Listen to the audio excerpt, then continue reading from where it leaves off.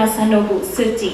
มาแล้วค่ะ Director of JAXA Bangkok office, to give us a presentation about the space data and also the QZSS potential and functions. Please give a round of applause. ขอเสียงปรบมือด้วยค่ะ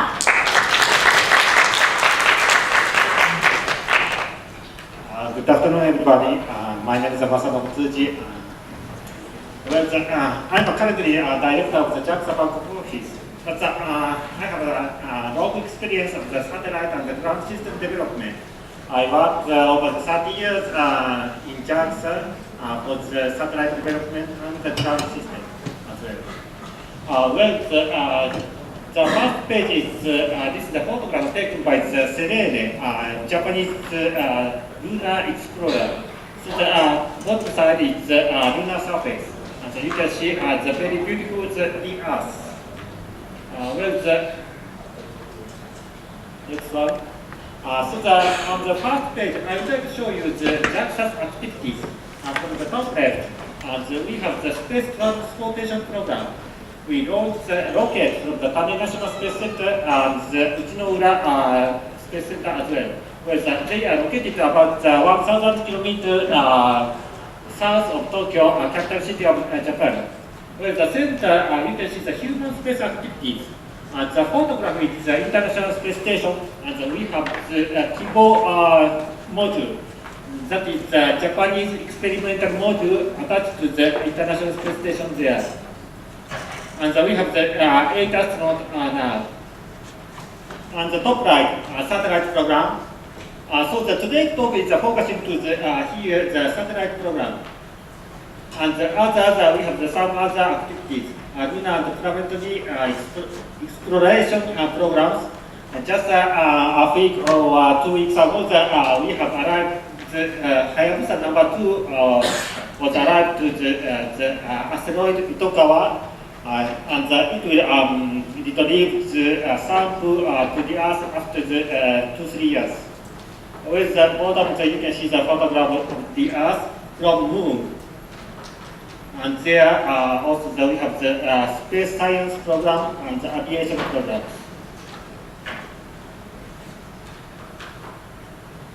So this is a slide that Mr.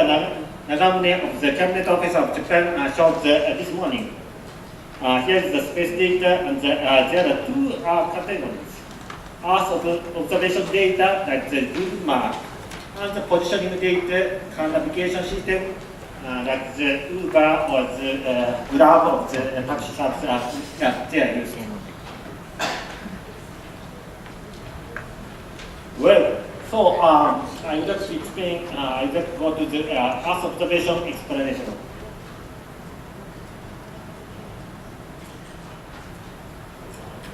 There are 3 major streams of the Earth observation. One is the high resolution satellites. Next one is the climate change and water cycle. And the third one, bottom, is the greenhouse gas monitoring. So for what we use the high resolution satellite to make maps and to observe the objects very clearly. And the second line, climate change and water cycle. This is relating to the global warming. So nowadays the portion of the carbon dioxide in the air is getting higher and higher year by year. So this kind of the satellite is used for the to measure the CO2 and the CH4 methane. With the bottom is greenhouse gas monitoring as well. Oh, this is for the global warming. This is to monitor the climate change. Next. So I think that many of you are not so familiar with the satellite system. Well, there are some kinds of the satellite orbits. This is the Earth, and we call the space. It's over 100 kilometers. Airplanes are flying around 10 or 12 kilometers above ground, and the space is 100 kilometers. Then the Earth observation satellite, they are flying the 500 kilometer to 1,000 kilometer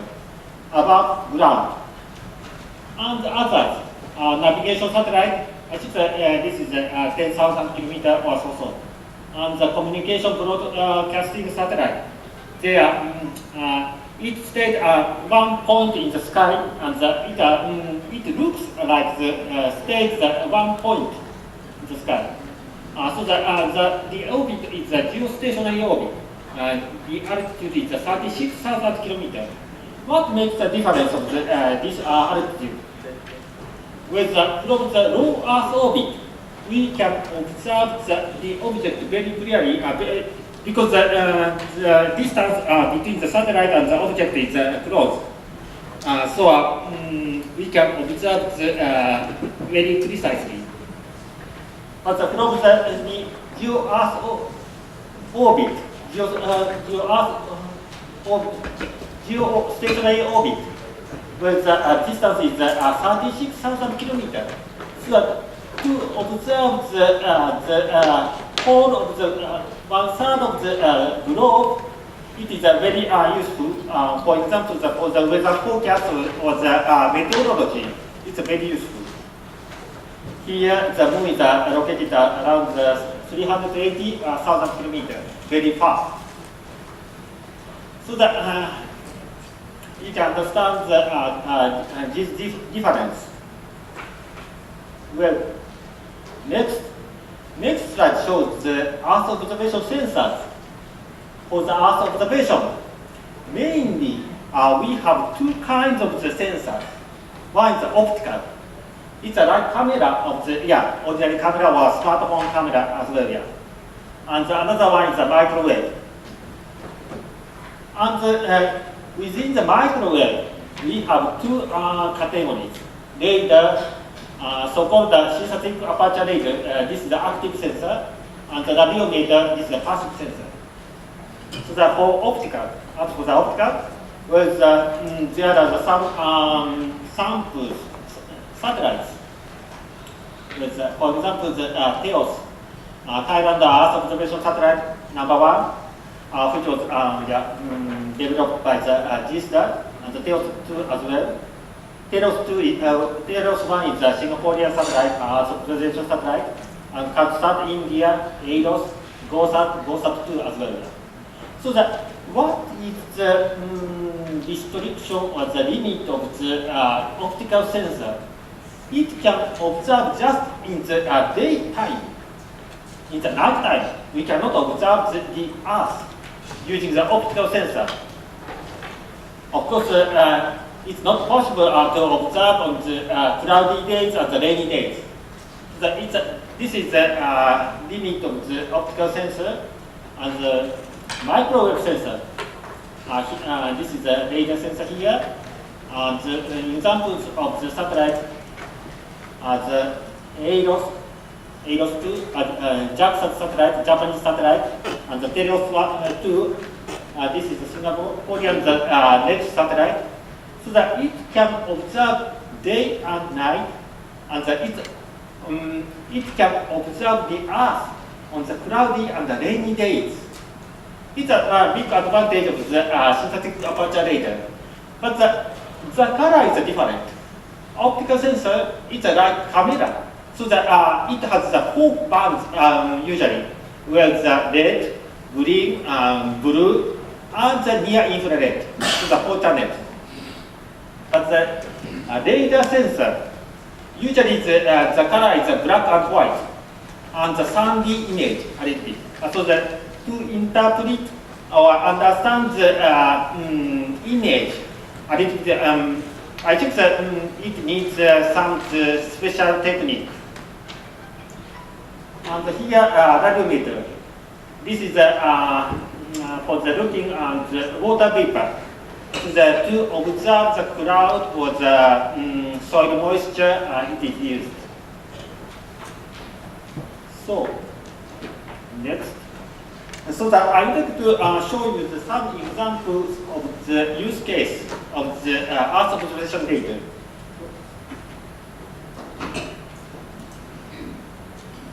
Here, this is the digital 3D map.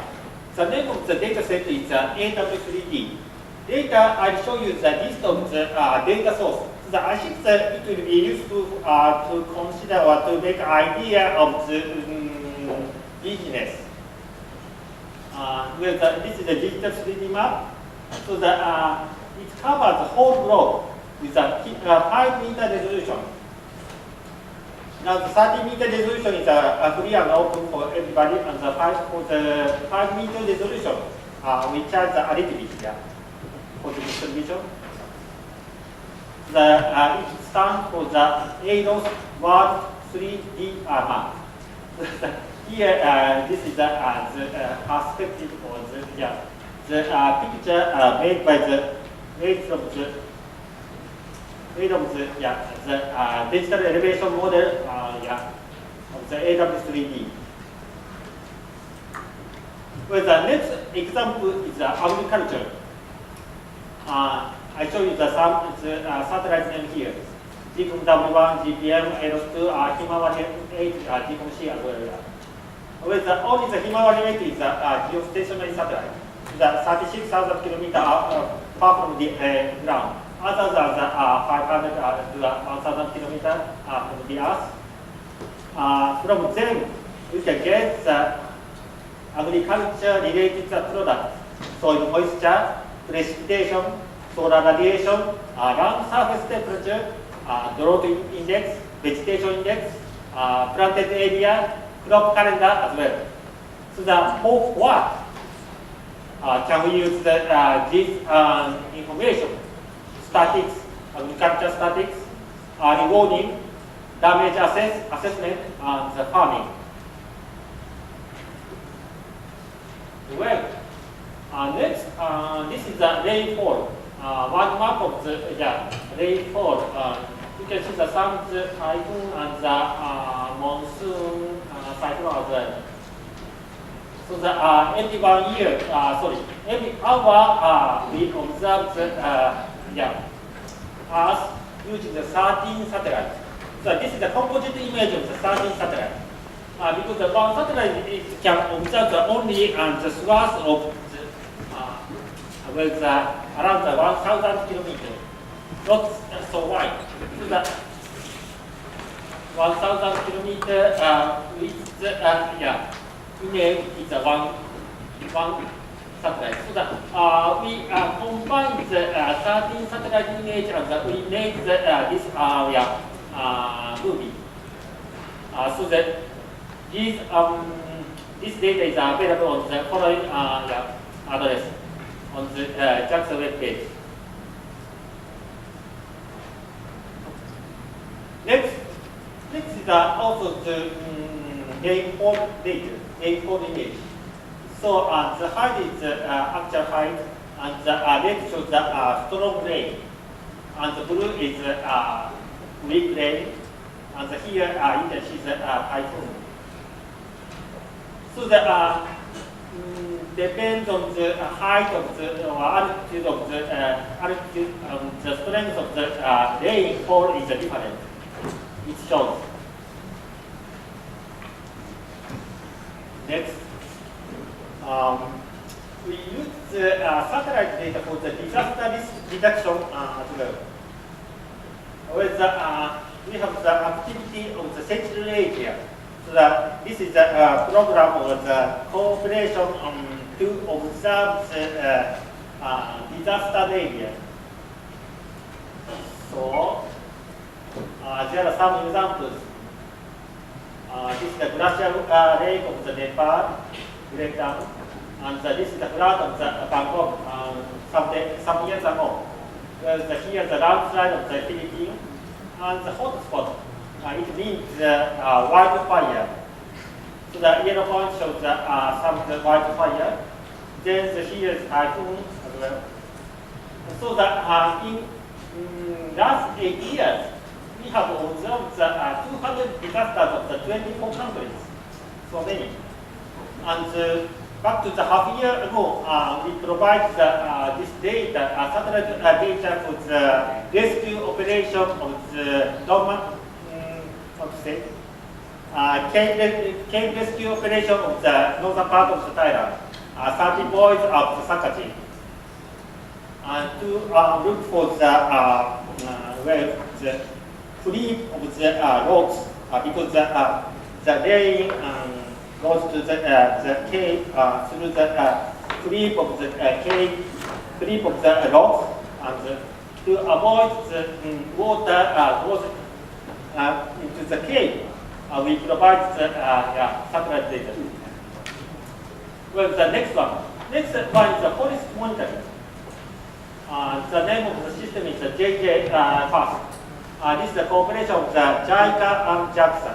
JICA is the Japan International Cooperation Agency. This is the donation organization of the international cooperation for the developing countries. And JAXA is the space agency, JAXA. Well, so that here shows the green part shows the forest. The yellow part shows the no forest area. So that these red pins, this is the deforestation is going. So using this map, we can find the illegal logging of the Amazon area of the Brazil. So that actually this data is used for that purpose. And the Brazilian organization called the illegal deforestation people using this satellite data. This is one of the use case. Well, next, so that I want to move to the business and the applications. Here, this is finance, weather-based index insurance. So this is developed by the Remote Sensing Technology Center and the Sompo Japan. This is the insurance company of Japan. So that using the satellite GS map, rainfall image, we can they can decide to pay or not the insurance money to the people. This is the farmers in Myanmar.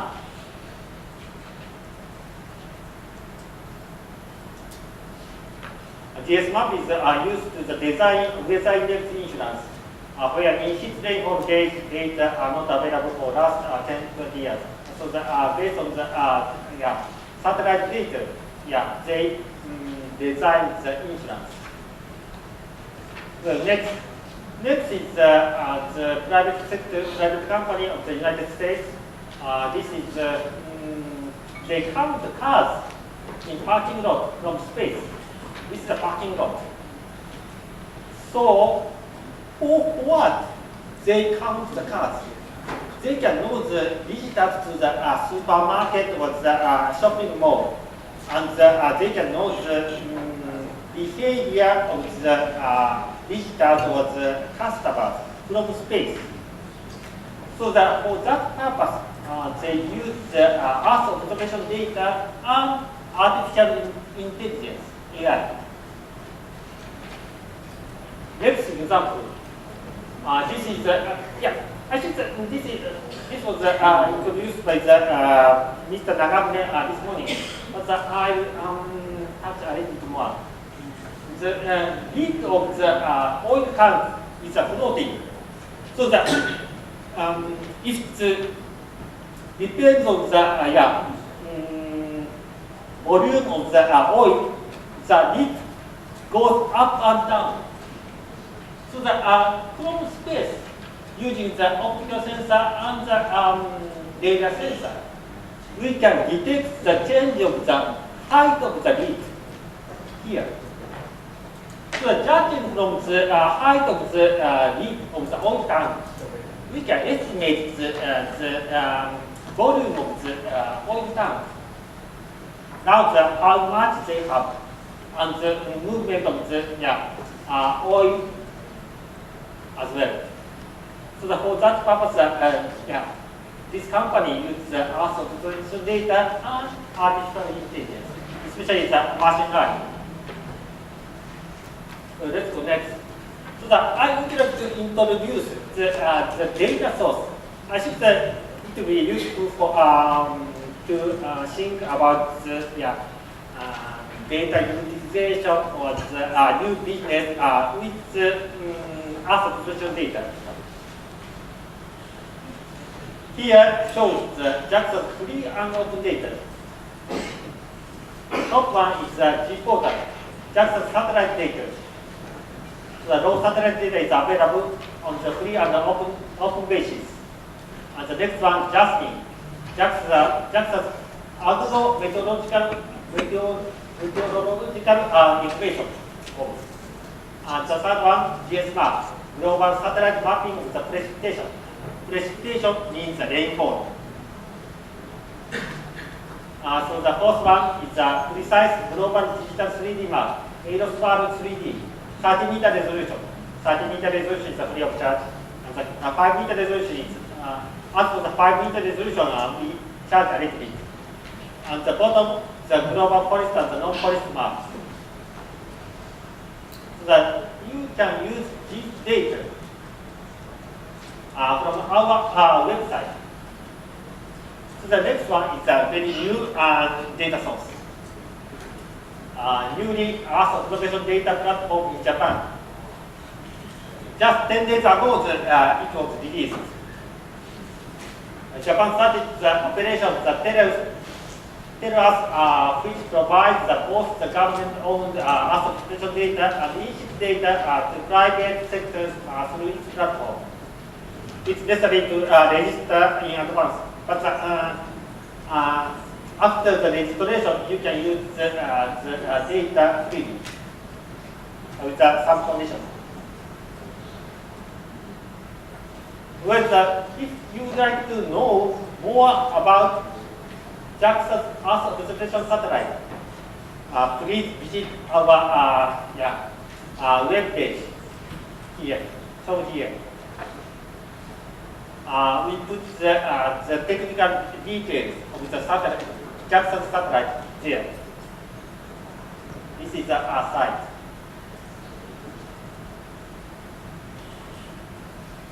This is a kind of the advertisement, JSTAR, space innovation through partnership and the cooperation. So we use this kind of activity, the on-orbit servicing, and the terms of the enjoying space. And there are some good examples: space travel, virtual reality, augmented reality, project food and housing. And here the terms for the solving social challenge on the Earth: remote sensing, big data, AI, IoT, space transportation as well. So this is my message. Next is Japan. We are waiting for your good idea. Thank you for your kind attention. Okumata.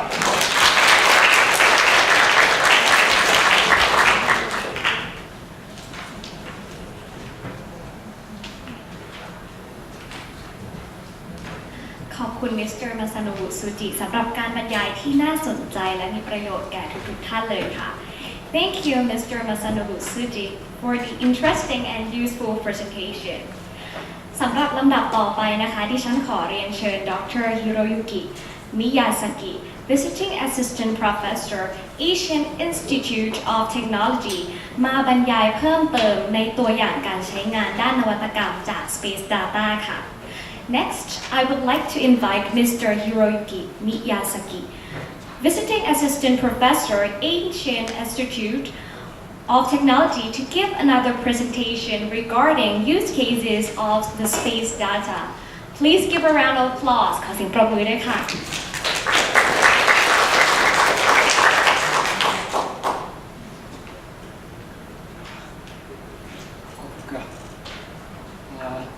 Thank you very much for introduction and the invitation to the precious opportunity to introduce some of my ideas for the space boosters. My background is not technology. My background is human geography. And I'm thinking always about how to make the people happy. So I hope that my ideas help you with how the space technologies and the information technology can help to make it happy and also developing the basis for the business ideas. So I'd like to talk more on the service the ideas rather than the technologies itself. So my talk is more on how to develop the information services using the space data. So we have a lot of the resources which comes from the space. First, Earth observation and the positioning technology, which has been already introduced in this conference, and also the communications. Some of you already know about the space communications. And in addition to that, on the ground, we have the very good internet connecting everything, such as IoT, and the cloud-based high-performance computing systems. So based on such is infrastructure on the space of the ground, everything is connected. So the circulation of the data and information, this is a key basis to develop the new businesses using the space technologies. So some ideas we may develop the data-driven economy using the space infrastructure and also the connected to the ground infrastructure.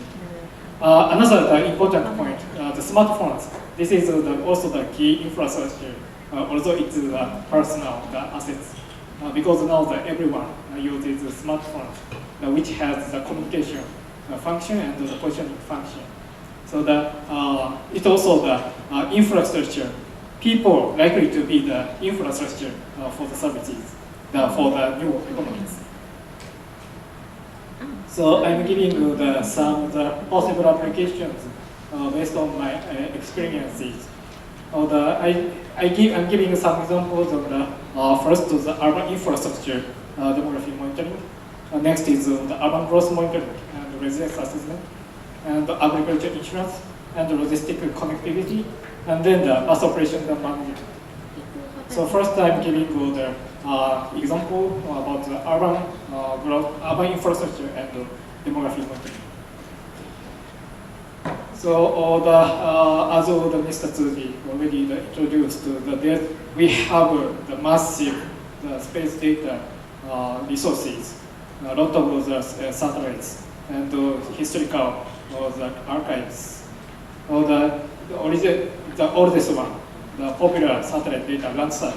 it has been archived since 1972, over the 40 years. And the recent ones has a very high resolution, the sub-meter or the 0.3 meter. So the combinations of these data will be interesting to the new information. The kind of the data science is needed to retrieve information from satellite data. So currently AI or the machine learning, which enables you to automatically retrieve the information based on the patterns of the data. For example, of the Google Earth engine, that is very good to the platform to handle the satellite data from the archives, massive archives. Telus, that is also expected to be the platform that easy to handle so large the data archives. Then we have information such as how many buildings are there, how many people living there,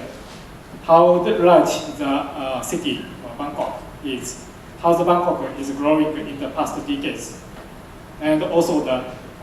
hazard or the disaster, how the place or building likely to be exposed in the flood, and also the agriculture. The agriculture is a seasonal phenomenon.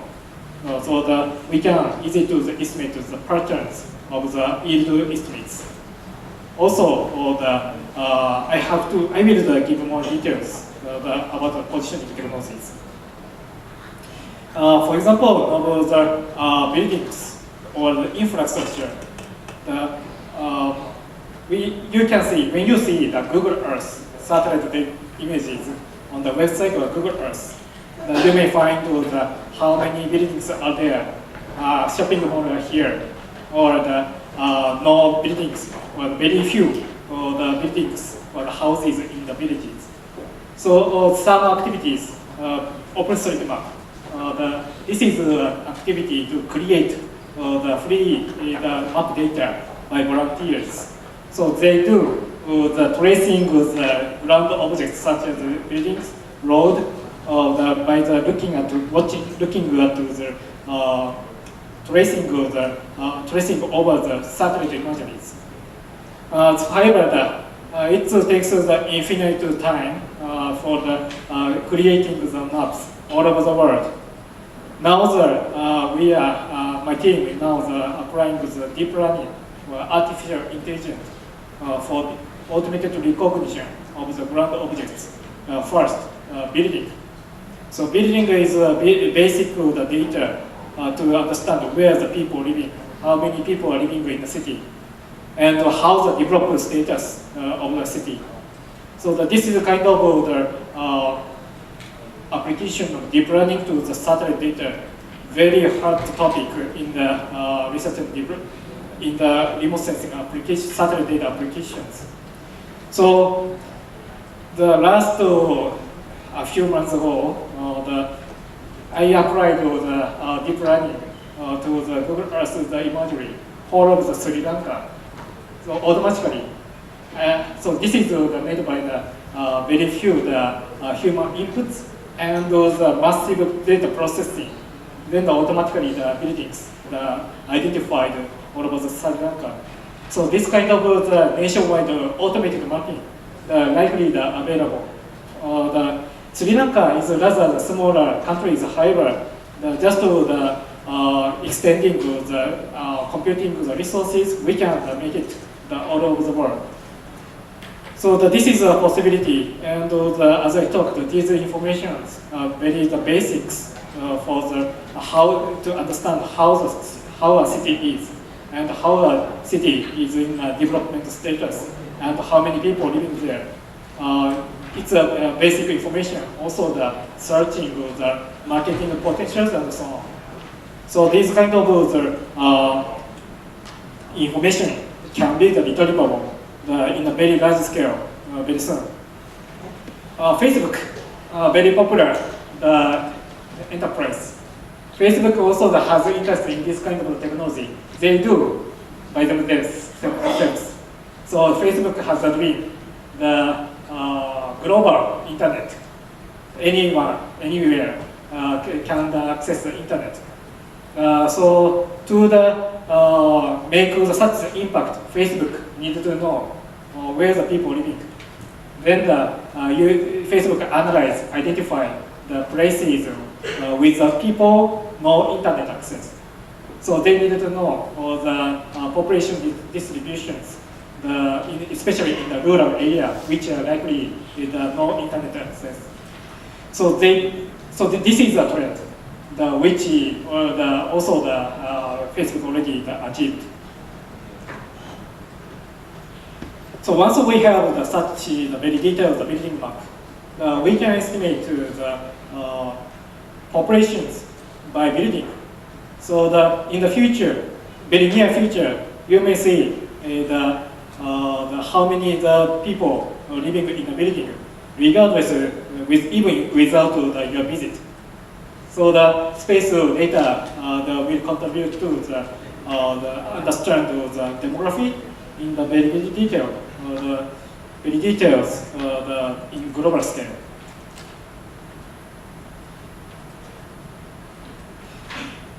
Next, the topic is about urban growth and the residence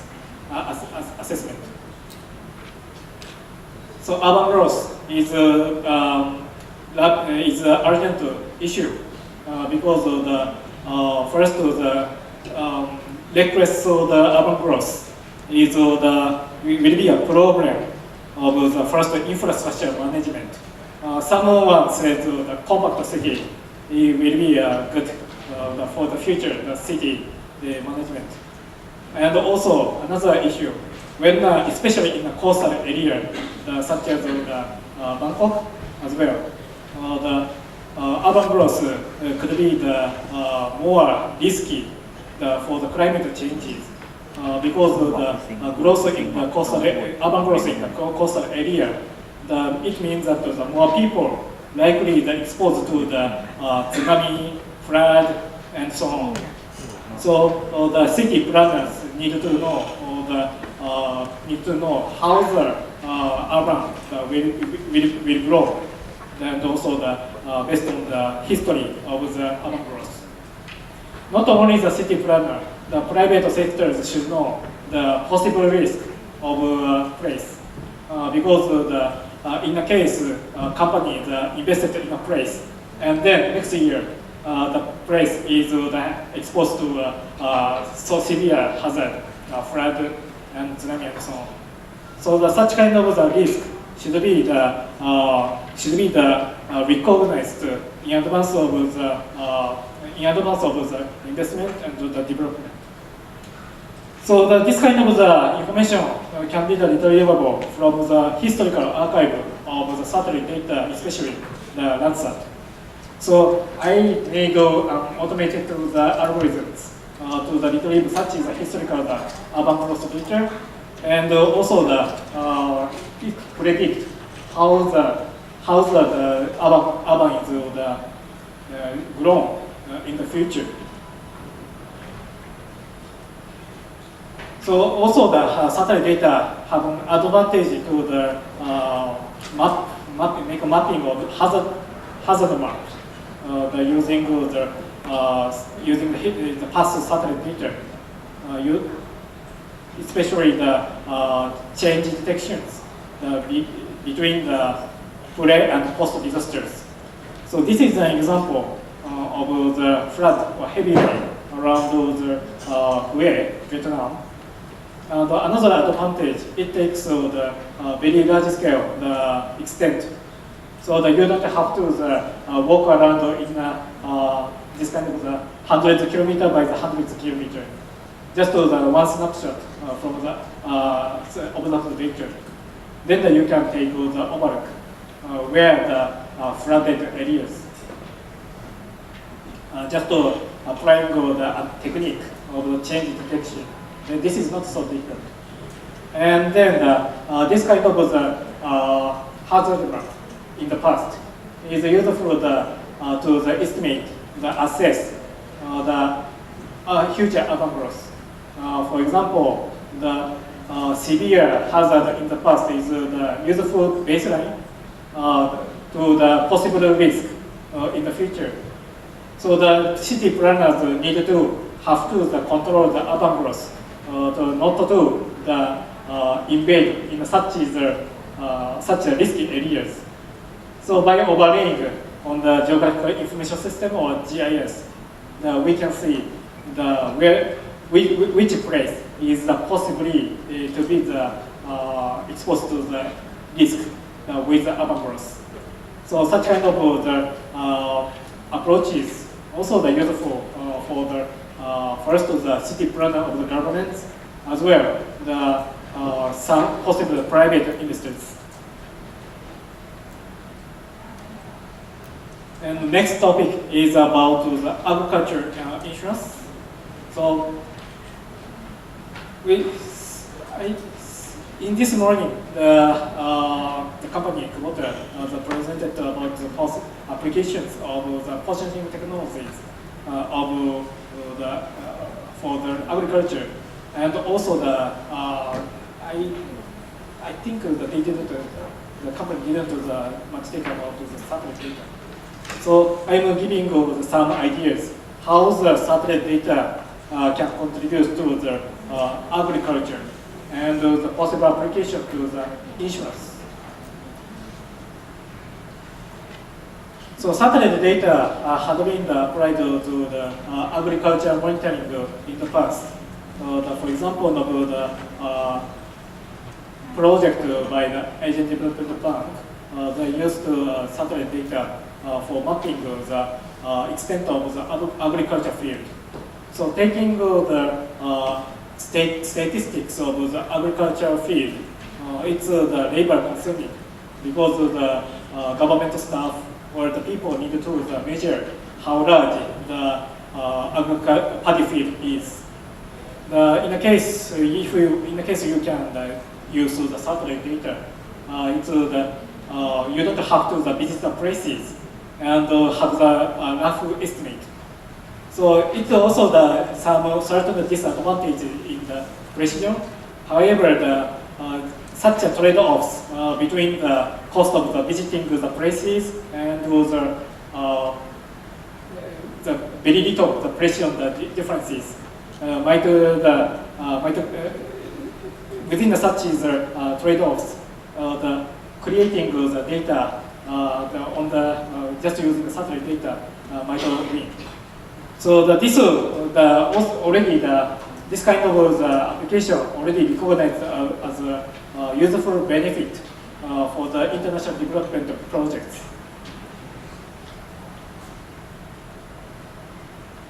So the past example is just measuring the extent of the paddy field or agriculture field. So as I talked, the satellite data is with a very long historical archive, and it is useful to identify the seasonal patterns of the agriculture field. When you planting the rice, then the new rice is growing, and when you cropping, the greenness is reduced. So such kind of patterns are useful for the first agricultural crop calendars and crop activities, and also the satellite data is useful to estimate the volume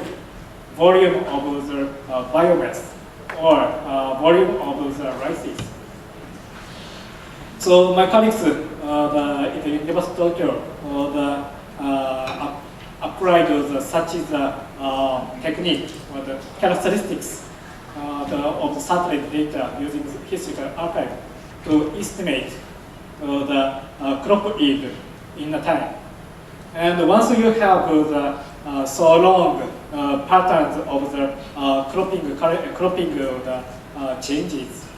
then you can estimate how much the crop yield in the next year. So this kind of the technique is likely established by the applying deep learning or the massive learnings.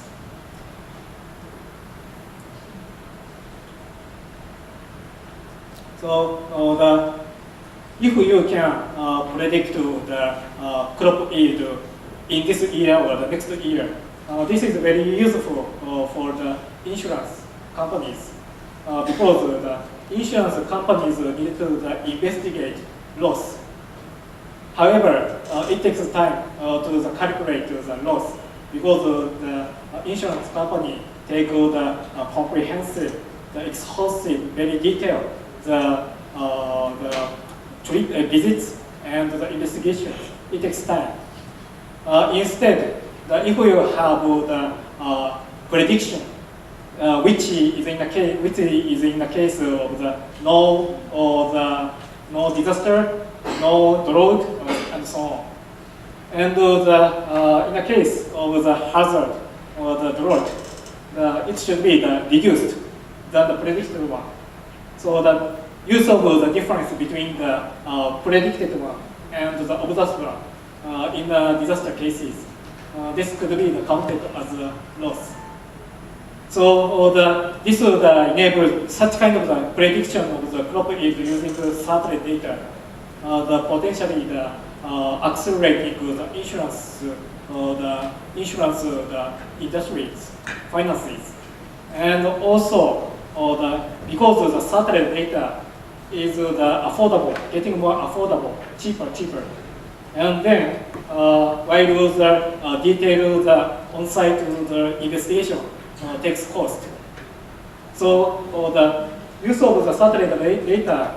likely good for the economical insurance product. So even the small scale the farmers might benefit by the satellite-based insurance products. And then we can expect the scaling from the tail of the economies.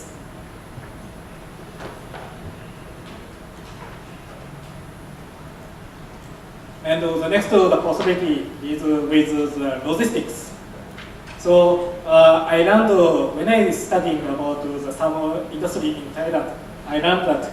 the industrial cost of Thailand 30%, or no, not 30%, 17%, about 17% of the cost, total cost, caused by the logistics. So it is unfortunately not good to the performance in the logistics. So the use of some geospatial space technologies is expected to be in for the better logistic performance. So the first positioning technologies. Some of you already use the Grab or Uber in the past. That is based on the positioning technologies. Because when you request a car, the driver already know your position or location.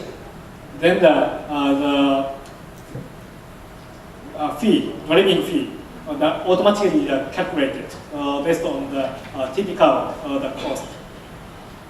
And another benefit for me, I don't speak in Thai. Drivers speaks only in Thai. However, we share the locations. So regardless of the speaking in Thai or in English, I can arrive at those destinations because the driver knows the location. So such kind of even without any language, myself and driver connected. So such kind of logistical services, the positioning technology might contribute to the connectivity between among the logistics. For the typical products, from the producer to the end consumers, it takes several steps. For example, of sugar. Sugar comes from the agricultural field and the crop it and going to farm. And there are several steps in the farms. And then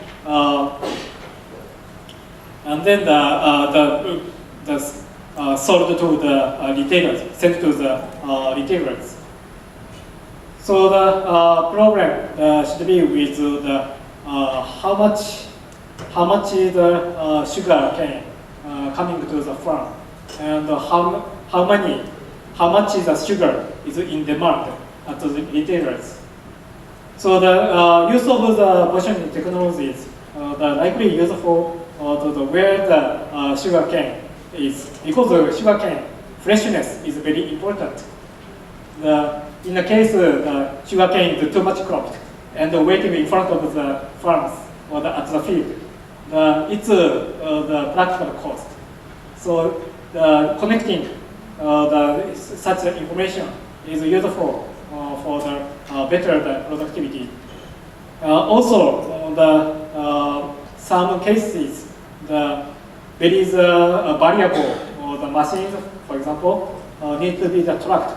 with the positions, so that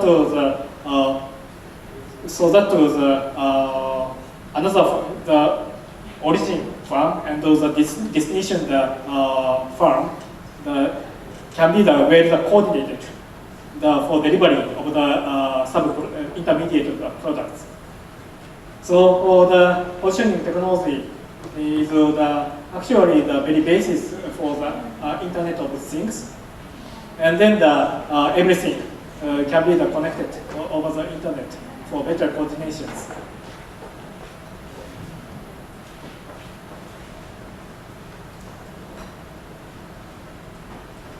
And the last topic is with the bus operation management. in Thailand and in Bangkok, we see a lot of the bus, and the bus drivers may have a decision making around those bus stops. Shall I go or stop? Bus driver may see if there is a passenger at the bus stop, and then if there is a passenger, then stop. No passenger, just go. So this is sometimes important for the traffic. For example, in the case the bus stop in front of the bus stop in a heavy traffic, it worsen the traffic conditions. So not only in the Bangkok, it is so severe in Manila, Philippines. Also, this is a good case. No passenger, then the driver decided to go. This is a good case. While in the case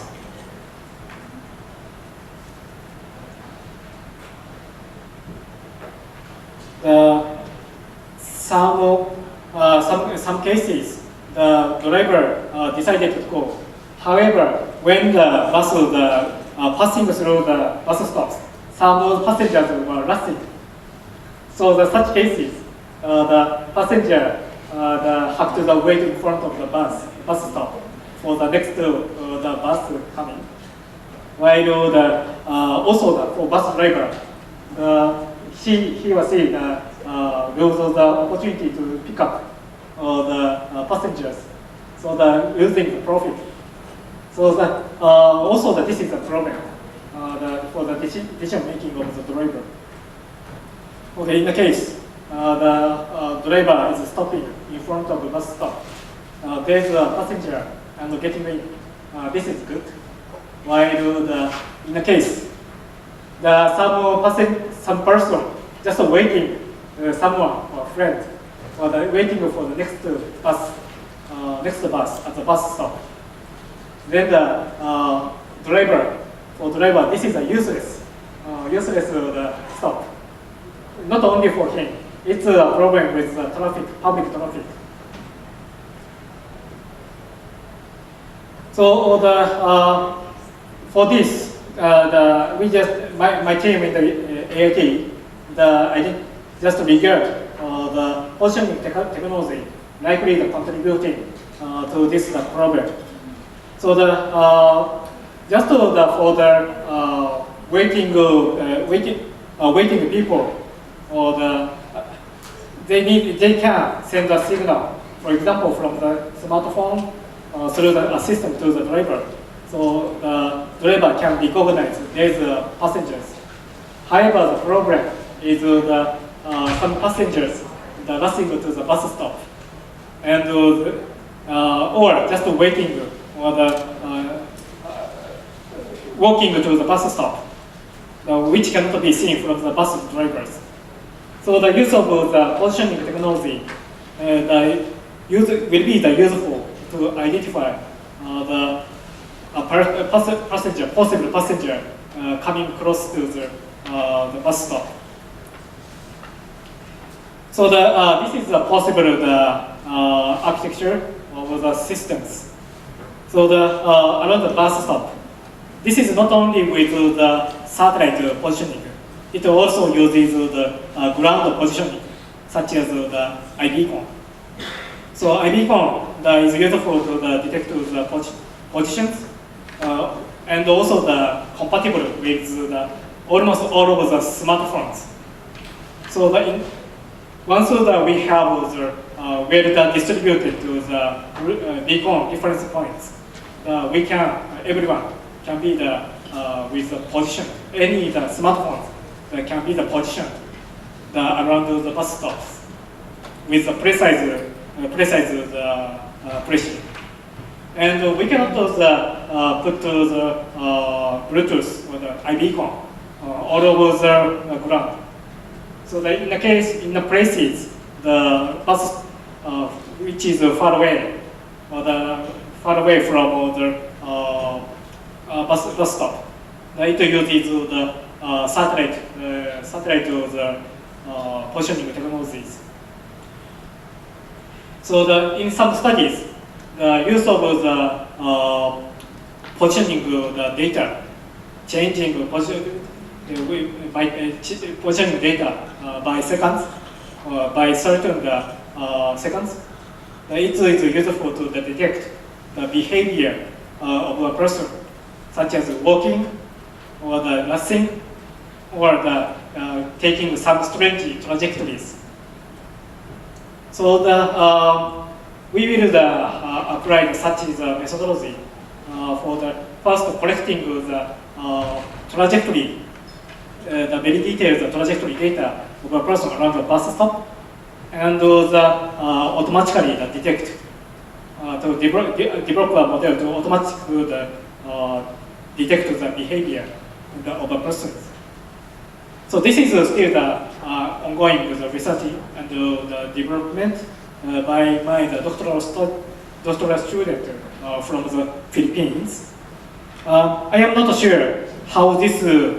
system can be developed as businesses. However, this will likely to be beneficial for the driver and as well the passengers, so that we can ask for certain payment, or because they are also exposed to the smartphones, go to the communication media. So some of the possibility to show the advertisement or promotions of the commercial activities. Also could be the good combinations. Okay, so I have talked about some of the possible applications for the business development. So I have not discussed the big details about the business possibilities. This needs further discussions for how to simply say how to earn money using this. So this I hope that this is good for you to have certain ideas for what the application of the space data could be, and the next steps, how to develop the businesses using this kind of technologies. So if you want to know this kind of applications more in detail, here is some published the books and the knowledge products. These are available from the internet. You may search Google with the title of the books. Okay, this is the last slide of my presentation. Thank you very much for your kind attention.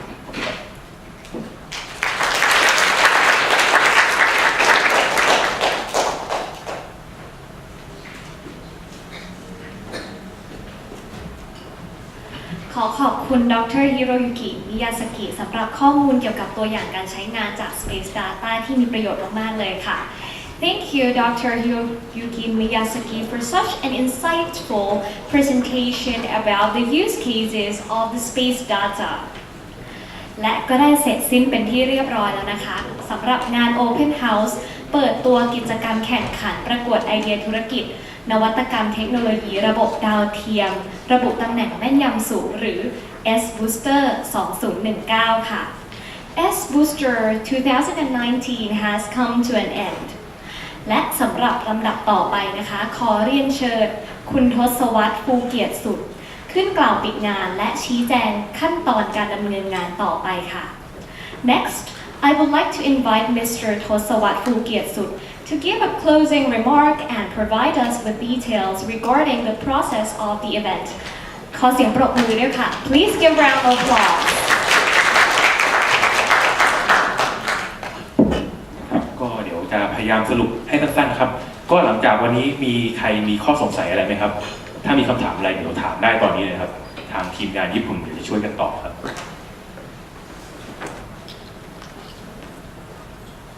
เกี่ยวกับการสมัครหรือว่าครับผม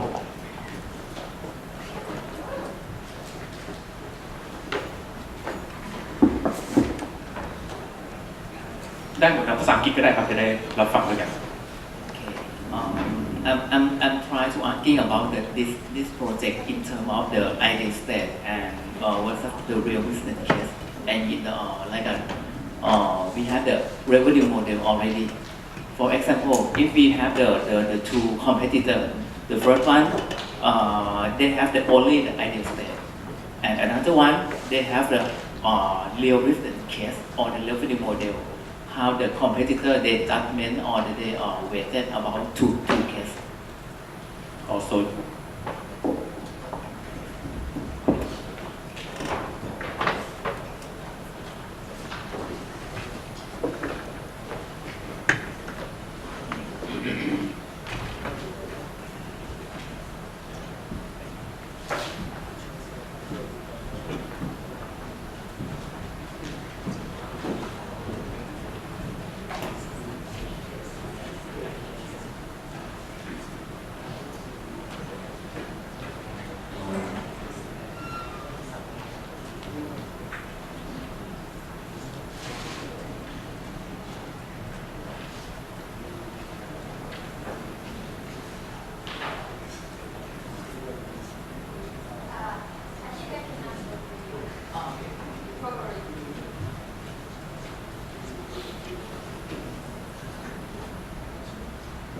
So again, the reason why we are organizing this S Booster is that we would like to boost your idea into the business. So even if your idea stage is still in the idea stage or like a prototype or anything, as long as you haven't received a venture capital financing, we are going to make an equal judgment, and as long as you would like to drive your idea into the business. I don't know if I'm understanding your question correctly.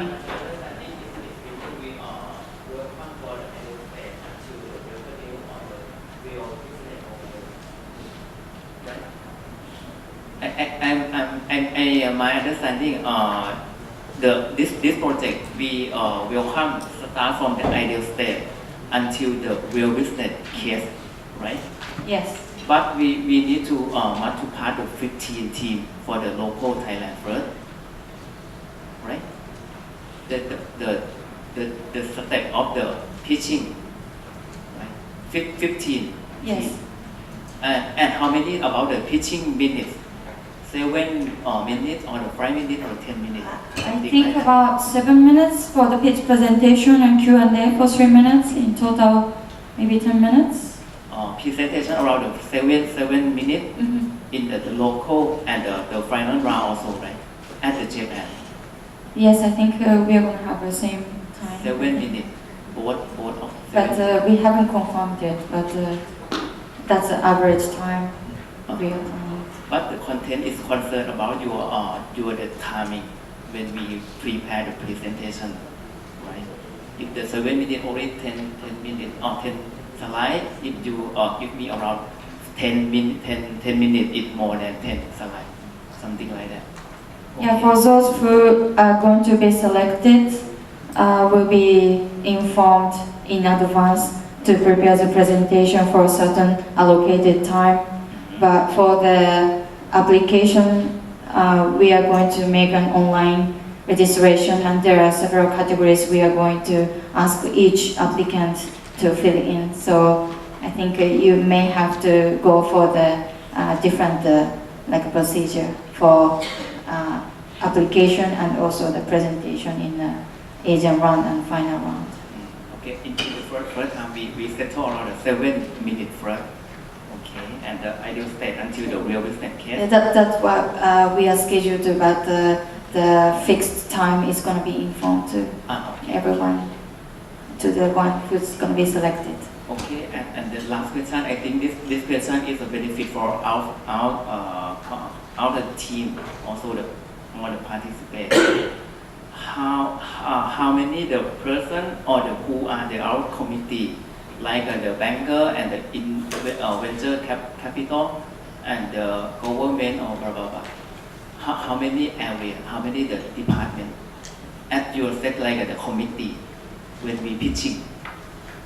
You mean the juries? Right. In the Asian round, we are going to have a jury from academia and venture capital and entrepreneurs, and also government agency also, including JISDA. JISDA is also going to be one of the jury. Okay, 3. Well, we probably going to have about 5 to 6 juries, and some of them have already confirmed, but we are still recruiting some members. Okay, it's very clear. Okay, thank you so much. Thank you. Okay. โอเคครับมีท่านใดมีคำถามไหมครับเกี่ยวกับการสมัครหรือว่าโปรเซสตรงไหนที่ยังไม่เคลียร์สอบถามได้เลยครับเป็นภาษาอังกฤษหรือไทยก็ได้ครับ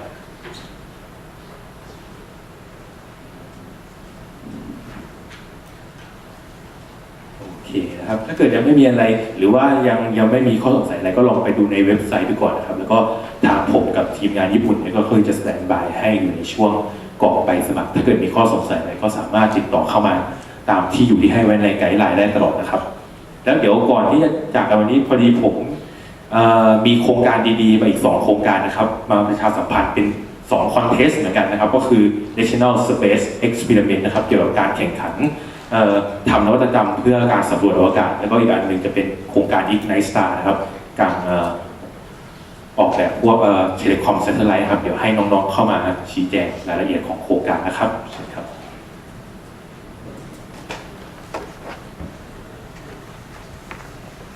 สวัสดีครับผู้มีเกียรติทุกท่านนะครับเป็นอีกหนึ่งโปรเจกต์นะครับที่จะเกี่ยวกับไอเดียคอนเทสต์เหมือนกันนะครับตอนนี้จะมีให้ overview เกี่ยวกับเป็นวิดีโอการสำรวจอวกาศนิดนึงนะครับเพื่อจะได้เกิดไอเดียนะครับ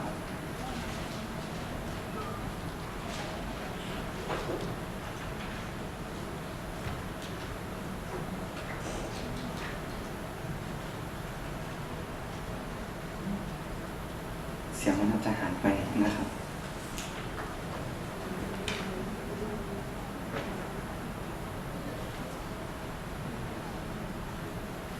เดี๋ยวอธิบายเลยก็ได้ครับอันนี้ก็จะเป็นวิดีโอการทดลองในอวกาศครับในสถานีอวกาศนานาชาตินะครับซึ่งมันก็จะมีโมดูลที่ทำการทดลองต่างๆเยอะแยะมากมายนะครับมีหลาย facility ที่อยู่ในนั้นนะครับไม่ว่าจะเป็นการทดลองด้านวัสดุศาสตร์นะครับเกี่ยวกับของไหลต่างๆนะครับการทดลองเกี่ยวกับการปลูกพืชนะครับ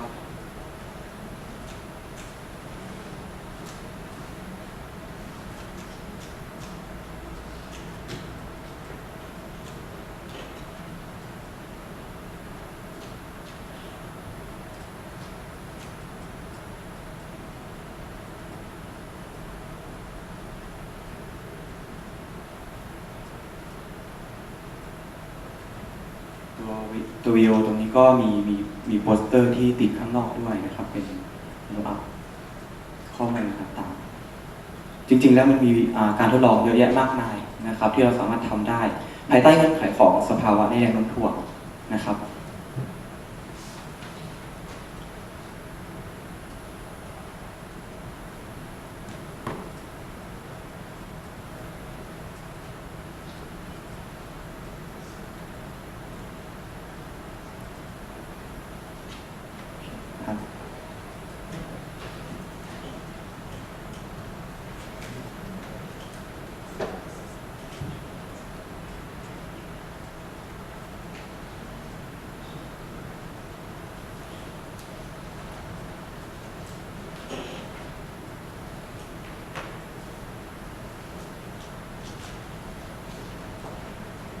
โอเคนะครับโปรเจกต์ที่จะมาบอกวันนี้จะมีชื่อว่า Space Exploration เขาเรียกครับ Space Experiment Idea Contest นะครับเป็นเกี่ยวกับประกวดไอเดียเหมือนกันนะครับเราจะเอาแค่ไอเดียนะครับเพื่อไปต่อยอดในงานวิจัยด้านอวกาศต่อไปนะครับมีท่านไหนเคยเห็นข่าวนี้บ้างมีไหมครับมียกมือขึ้นได้เลยครับเคยเห็นไหมครับอันนี้เป็นหนึ่งในโครงการของจิต้าเหมือนกันนะครับเป็นโปรเจกต์ National Space Exploration นะครับซึ่งก็ร่วมมือกับ Biotech นะครับพัฒนางานวิจัยตัวนี้เป็นผลึกโปรตีนนะครับไปปลูก ที่สถานีอวกาศนานาชาตินะครับซึ่งตรงนี้เพิ่งส่งไปตอนวันที่ 20 กุมภาพันธ์ที่ผ่านมานะครับร่วมกับแจ็กซ่านั่นเองส่งไปอวกาศนะครับตอนนี้ยังไม่ได้ส่งกำลังเตรียมที่จะส่งนะครับไปตึกปลูกผลึกโปรตีนที่อวกาศนะครับอีกผลงานหนึ่งเกี่ยวกับการส่งทุเรียนไปอวกาศอันนี้เคยได้ยินเหมือนกันไหมครับเคยได้ยินเนาะนะครับตัวนี้เนี่ยก็จะวัดพิสูจน์เกี่ยวกับทางด้านกายภาพของเขานะครับว่าสีของเขารสชาติของเขาเปลี่ยนไปไหมอันนี้ก็เป็นผลงานวิจัยที่ได้นำขึ้นไปทดลองในอวกาศเหมือนกันนะครับวันนี้ก็เลยเป็นหนึ่งในจุดเชื่อมโยงที่จะให้เก็ตไอเดียกับนักศึกษาเนี่ยครับเกิดโครงการนี้ขึ้นมาก็เป็น Space Experiment Idea Contest นะครับเราเอาไอเดียจากนักศึกษาเพื่อที่จะมาพัฒนาให้เกิดงานวิจัยไปในระดับต่อไปนะครับโดยการสมัครนะครับเงื่อนไขต่างๆมันก็มีระบุในหน้าเว็บไซต์แล้วนะครับท่านใดที่ได้บาร์โค้ดเมื่อกี้ก็ลองสแกนดูนะครับจะมีโปสเตอร์แล้วก็มีข้อมูลรายละเอียดต่างๆในนั้นนะครับไทม์ไลน์ของเรานะครับตอนนี้เปิดรับสมัครแล้วนะครับแล้วก็จะปิดรับสมัครเมื่อถึงวันที่30 มิถุนายนนะครับส่งเข้ามาผ่านทางเว็บไซต์นะครับขอโทษครับส่งเข้ามาผ่านทางอีเมลนะครับเข้าไปดาวน์โหลดได้ที่หน้าเว็บไซต์นี้นะครับและส่งมาที่อีเมล nse@chida.or.th นะครับแล้วก็รอบไฟนอลสุดท้ายนะครับเราจะคัดให้เหลือ10ทีมสุดท้ายเพื่อมาพรีเซนต์ไอเดียของตัวเองของทีมนะครับ1ทีม3คน1-3 คนอาจารย์ที่ปรึกษา1คนนะครับสำหรับนักศึกษานะครับรอบสุดท้ายเราจะไปจบที่ Thailand Space Week นะครับที่ UN SCAP นะครับโอเคครับสำหรับโครงการก็มีเพียงสั้นๆเท่านี้นะครับฝากไว้ด้วยนะครับขอบคุณครับ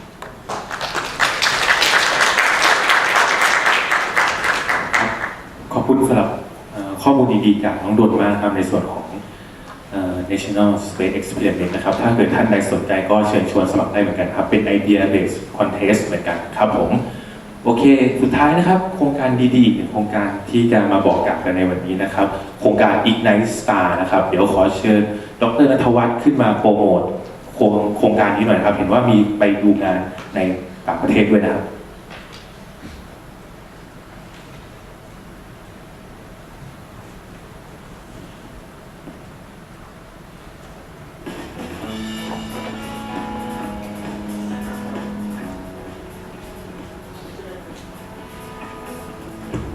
อันนี้จะเป็นโปรแกรมฝึกงานนะครับทีนี้ target คนที่จะดู presentation นี้ฝั่งตรงนี้ผม target 2 กลุ่ม 1 อาจารย์ที่เป็นอาจารย์ที่ปรึกษานะครับ 2 นักศึกษาหรือนิสิตประมาณปี 3 หรือปี 4 ที่กำลังหาที่ฝึกงานโอเค2 กลุ่มนี้เท่านั้นครับที่น่าจะได้ผลประโยชน์จากการนำเสนอของผมตรงนี้อันนี้เป็นโปรแกรมที่ผมเรียกว่าโปรแกรม Ignite นะครับก็คือ Innovative Internship Program นะครับที่ให้นักศึกษาฝึกงานเนี่ยได้มีโอกาสได้ไปลองทำงานจริงกับที่จิสล่ากับวิศวกรครับโดยโปรเจกต์ที่เราให้เนี่ยจะเป็น one on one project ก็คือนักศึกษา1 คนพี่เลี้ยง1 คนแล้วก็ให้โปรเจกต์ specific ไปเลยว่าใครทำอะไรนะครับโดยที่ทำตามโปรเจกต์ที่พี่ให้ assign ให้จริงก็คือโปรเจกต์ที่เราทำวิจัยอยู่แล้วนะครับอันนี้เ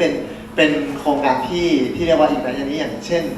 พี่นี่ก็เป็นพี่นายนะครับกับน้องคนนี้มาจากจุฬานะครับก็มาฝึกงานกับเราครับแต่ละคนจะได้ประสบการณ์ในการ hand on ทำจริงๆเลยครับซึ่ง facility ต่างๆเนี่ยเราค่อนข้างจะ open ให้น้องได้ทำจริงๆเลยนะครับตรงนี้นะครับไม่มีการแล้วก็บางทีมันจะมีคอร์สเทรนนิ่งที่เสริมเข้าไปด้วยอย่างเช่นวันสุดท้ายของการฝึกงานเราก็จะมีเป็นงานสำหรับน้องโดยเฉพาะทุกคนต้องมีโปสเตอร์เพราะฉะนั้นก่อนหน้านั้นทุกคนต้องทำ Photoshop เป็นทุกคนต้องแต่งรูปเป็นนะครับหรือว่าทุกๆ2 สัปดาห์จะต้องมีการพรีเซนต์เสนอความคืบหน้าต่างๆครับอันนี้เป็นโปรแกรมที่เราสอดแทรกเข้าไปนะครับรวมทั้งมีประมาณ1 วันถึง 2 วันที่จะใส่ไอเดียด้าน business ให้น้องๆเนี่ยมีแนวคิดว่าอาจจะไปเป็นสตาร์ทอัพอาจจะมาต่อยอดอย่างเช่นโปรแกรมS Booster หรือ UV Startup ของจิสล่าก็ได้นะครับอันนี้เป็นโปรแกรมที่เราทำมาแล้วประมาณ3 ปีนะครับที่ผ่านมาแล้วก็ได้รับผลตอบรับค่อนข้างดีปีนี้ก็จะทำอีกนะครับอย่างเช่นบรรยากาศอันนี้คือบรรยากาศที่ น้องทุกคนไม่ใช่มีเฉพาะ technical skill นะครับต้องมี soft skill หรือว่าวิธีการ presentation ทำงานเป็นทีมจะ cross จากทีมเราไปอีกทีมหนึ่งได้ยังไงบ้างนะครับอันนี้เป็นสิ่งที่เราจะสอดแทรกในโปรแกรมนี้นะครับเช่นนี้ก็คือการทำวัสดุคอมโพสิตนะครับวัสดุอากาศยานทำยังไงนะครับก็เป็นมีหลายๆโปรเจกต์ที่น้องได้ทำนะครับหลายคนก็หลายโปรเจกต์นะครับอย่างนี้อันนี้เป็น 3D printer นะครับก็ได้ลองใช้กันจะมีอีกโปรเจกต์หนึ่งเมื่อกี้เห็นจะเห็นโรบอทแล้วนะครับซึ่งน้องเขาก็ได้ใช้โรบอทในการทำ 3D printer ด้วยนะครับหรือเทคโนโลยีใหม่ๆอย่างเช่นเรามีอุปกรณ์เครื่องไม้เครื่องมือให้น้องเล่นเยอะมากอย่างน้องคนนี้จากลาดกระบังนะครับทำแว่น AR นะครับวันนี้เราอาจจะเห็นว่าmaintenance หรือว่าการทำวิเคราะห์วงโคจรอาจจะดูอย่างจอจะไม่ล้ำสมัยวันนี้มีเทคโนโลยีอย่างเช่น AR หรือ VR เข้ามาก็ได้ลองเล่นกับเราจริงๆนะครับนี่ก็เป็นนักศึกษาฝึกงานต่างชาติบางคนก็จะได้ฝึกทักษะการสื่อสารเป็นภาษาอังกฤษด้วยกับนักศึกษาฝึกงานต่างชาติรวมทั้งสันทนาการก็มีกิจกรรมเล่นด้วยนี่เป็นหัวหน้าฝ่ายครับก็เล่นกิจกรรมแล้วก็แข่งสุดท้ายปลายทางจะมี1คนที่ผมเรียกว่าเป็นมิสเตอร์หรือมิสอีกไนท์นะครับก็คือคนที่ได้คะแนนรวมสูงสุดซึ่งจะต้องเก่งทั้งเทคนิคการทำงานเป็นทีมรวมทั้งกีฬาก็ต้องเก่งด้วยคนนั้นก็จะได้รับรางวัลเป็นผู้ชนะไปในที่สุดนะครับอันนี้เป็นสถานการณ์ที่เกิดขึ้นด้วยครับฟาซิลิตี้ทุกอย่างนี้อยู่ที่ศรีราชานะครับทุกคนจะต้องไปพักที่นั่นเรามีที่พักให้ที่นั่นนะครับ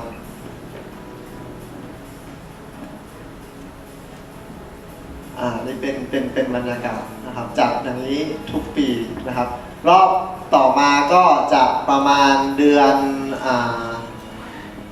มิถุนาถึงกรกฎานะครับเพราะฉะนั้นตอนนี้เข้าเว็บไซต์จิตได้เดี๋ยวจะมีลิงก์ให้อีกในอีก presentation หนึ่งเข้าไปสมัครตรงนั้นได้แล้ว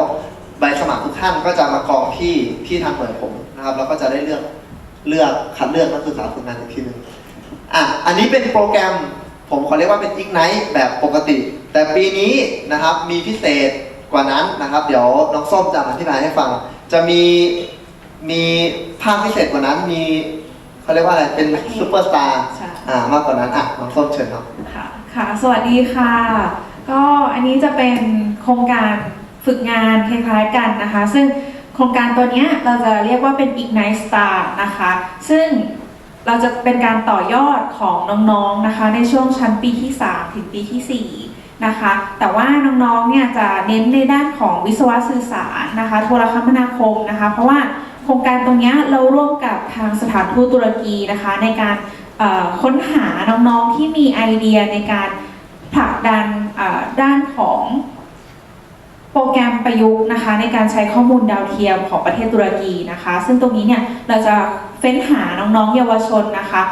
เป็นตัวแทนนะคะแค่นำเสนอไอเดียเข้ามานะคะแล้วก็เข้ามาพรีเซนต์ตัว proposal กับทางคณะกรรมการนะคะแล้วก็จะได้สิทธิ์ในการที่จะเป็นตัวแทนเยาวชนไทยไปฝึกงานกับประเทศตุรกีนะคะซึ่งเป็นสำนักงานคล้ายๆกับจิสตาเหมือนกันแต่ว่าจะเป็นองค์กรที่ดูแลดาวเทียมของตุรกีนะคะหรือว่าดาวเทียม QZSS นะคะซึ่งจะมีรายละเอียดให้ติดตามดาวน์โหลดเอกสารได้ที่เว็บไซต์นะคะ Facebook skp.gisda นะคะหรือว่าเว็บ learn.gisda.or.th นะคะก็ตอนนี้เราเปิดรับสมัครแล้วนะคะเรียบร้อยก็ได้รับความสนใจในระดับหนึ่งนะคะเนื่องจากว่าเรามีการโรดโชว์ประชาสัมพันธ์นะคะในหลายๆที่นะคะของมหาวิทยาลัยที่เราได้เคยร่วมงานกันนะคะแล้วก็เราจะเน้นในกลุ่มของทางด้านวิศวะนะคะซึ่งถ้าเกิดว่าจะเป็นน้องๆที่มีทางด้านเทคนิคอื่นๆแล้วก็รับพิจารณานะคะเนื่องจากว่าเราจะเน้นเรื่องของการนำเสนอไอเดียนะคะก็สามารถติดตามได้นะคะแล้วก็จะมีช่วงของการฝึกงานที่ SKP ศรีราชาเหมือนกันนะคะในช่วงมิถุนายนถึงกรกฎาคมนะคะแล้วก็น้องๆจะได้เข้าไปเทรนนิ่งที่ตุรกี10 วันเนี่ยประมาณช่วงเดือนสิงหานะคะช่วงต้นเดือนสิงหานะคะก็ยังไงฝากไว้อีกโครงการดีๆหนึ่งนะคะที่น้องๆจะได้ค้นหานะคะแล้วก็นำเสนอบทความที่อาจจะเป็นเก็ตไอเดียกับการในอนาคตของเราก็ได้นะคะยังไงฝากไว้อีกโครงการหนึ่งนะคะขอบคุณค่ะขอเสริมนิดนึงครับหรือพูดคำหนึ่งฟรีหมด อ๋อใช่ค่ะทุกรายการในนี้ฟรีหมดเลยนะคะมีแบบ คนที่ไปตุรกีนี้ไม่เสียค่าใช้จ่ายจิต้าซัพพอร์ตหมดนะครับไม่ใช่สมัครมาเราจิต้าคิดตังค์ไม่ใช่อย่างนั้นนะในระหว่างที่เทรนนิ่งที่ SKP ก็มีที่พักให้ด้วยนะคะแล้วก็มีบัดเจ็ตของค่าใช้จ่ายเล็กๆน้อยๆให้ด้วยรายวันให้ด้วยใช่แล้วไปตุรกีก็ซัพพอร์ตทุกอย่างซัพพอร์ตให้ทุกอย่างค่ะนะครับอันนี้เป็นอีกโปรแกรมหนึ่งดีๆนะครับครับผมขอบคุณค่ะ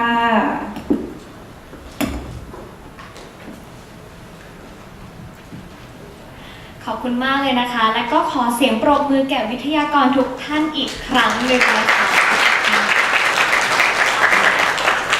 ค่ะสำหรับวันนี้ดิฉันขอขอบคุณท่านวิทยากรผู้เข้าร่วมแข่งขันและแขกผู้มีเกียรติทุกท่านและที่จะขาดไปไม่ได้เลยนะคะดิฉันขอขอบคุณกระทรวงวิทยาศาสตร์และเทคโนโลยีโดยสำนักงานพัฒนาเทคโนโลยีอวกาศและภูมิสารสนเทศหรือจิสดาที่ได้ร่วมมือกันสานความฝันต่อเติมความคิดกับกิจกรรมประกวดไอเดียธุรกิจนวัตกรรมเทคโนโลยีระบบดาวเทียมระบุตำแหน่งแม่นยำสูงหรือ S Booster ในปี 2019 นี้ค่ะและขอประชาสัมพันธ์อีกครั้งหนึ่งนะคะว่าในช่วงค่ำวันนี้เราจะมี Networking Dinner ที่ True Digital Park ด้วยค่ะI would like to thank all contestants, distinguished guests, and most importantly, the Ministry of Science and Technology and GISTA who have organized this event, S Booster 2019. Moreover, I would like to inform you all that in this evening, we will have a networking dinner at True Digital Park. และประชาสัมพันธ์เล็กน้อยนะคะเมื่อเสร็จงานแล้วแขกผู้ร่วมงานทุกท่านสามารถรับประทานอาหารว่างทางด้านนอกได้ค่ะ And after the event has finished, you can all have afternoon snack outside of this conference room. และพบกันใหม่ในครั้งหน้านะคะดิฉันกมลวสุตุติสมุทรผู้รับหน้าที่เป็นพิธีกรขอขอบพระคุณทุกท่านมากๆเช่นกันค่ะ Finally, I hope that we will meet each other again in the next event. Thank you very much and have a nice day.